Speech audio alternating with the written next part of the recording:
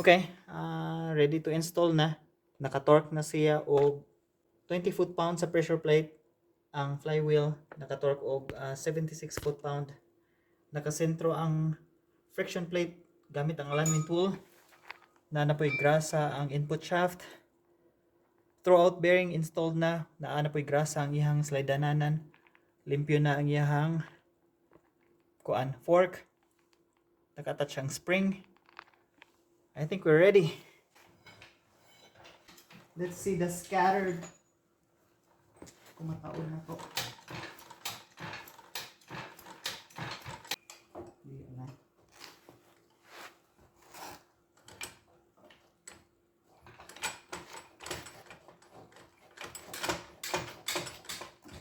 Yes. Yes.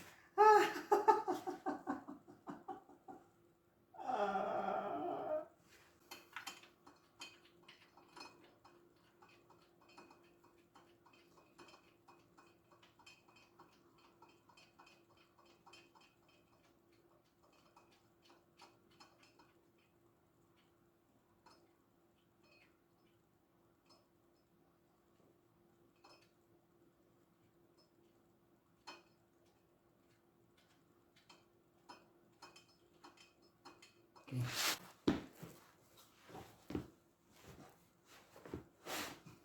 Yes. Close. Awesome.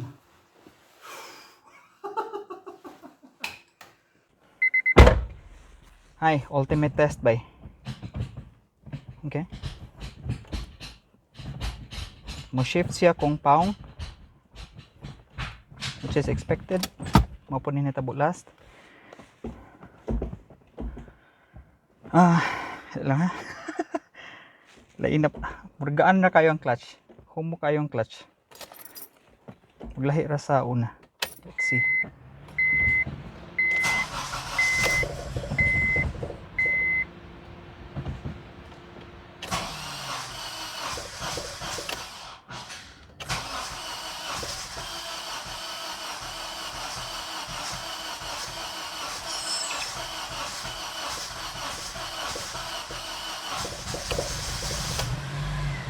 Wala.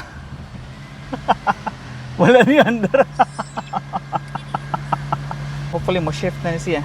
Kaya mo man yung issue niya sa una. Clutch. Oh, mo cambio siya.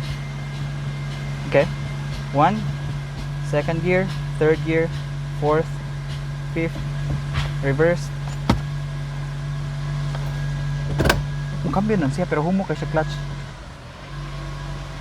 Oh, it works, man.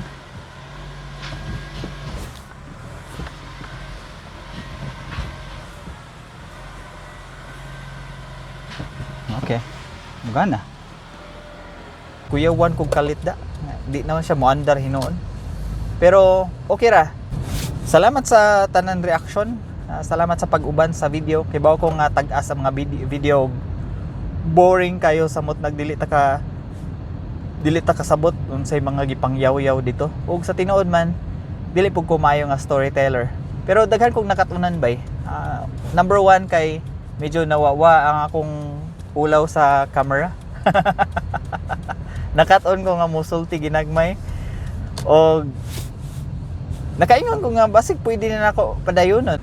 Og nahinaot ko sa nga ubanan gyapon mi ninyo sa lain na pud nga edition sa mo mga videos diri bay. Sa mong gamay nga channel.